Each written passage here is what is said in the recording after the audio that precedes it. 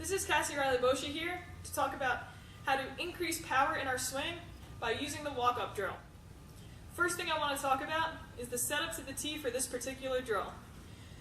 We're going to set up normally as we would for a regular pitch right down the middle. We're then going to bring both our feet together and both our feet apart.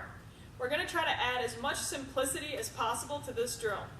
I've seen this drill done with a crossover step, but for today, the only thing we're going to talk about is feet together and feet apart. We're never going to cross them for this particular drill today. So, the way this drill is done is you have the hitter start a couple feet back from where they normally would off the tee. You then have them walk up to the tee using all the power and momentum they gain from their walk up to drive it into the ball. So we're going to talk about a couple things.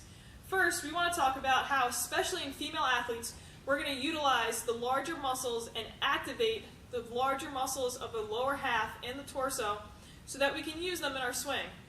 Secondly, we're going to make sure that we have everything we have going in a linear direction to and through the ball.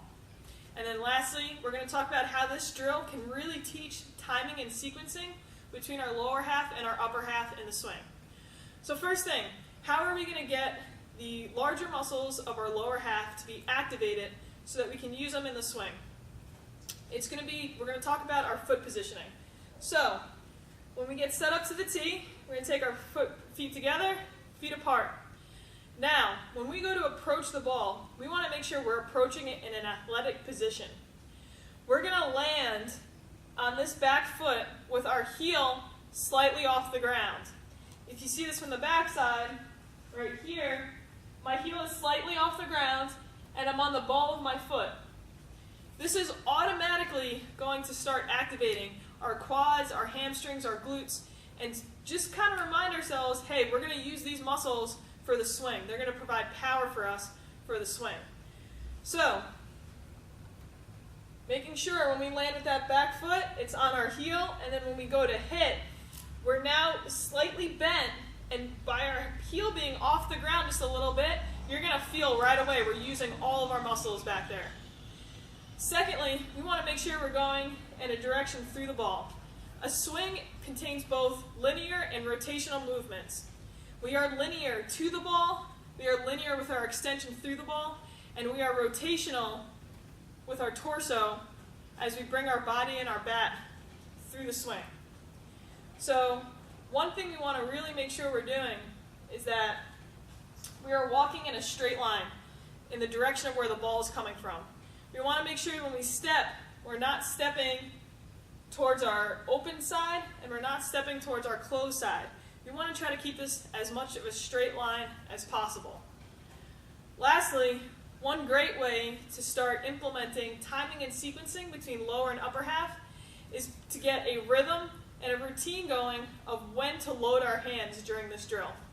So, if we focus on the upper body only, we focus on our arms, when we start this drill in our stance, the knob is going to be pointing about straight ahead, for this drill.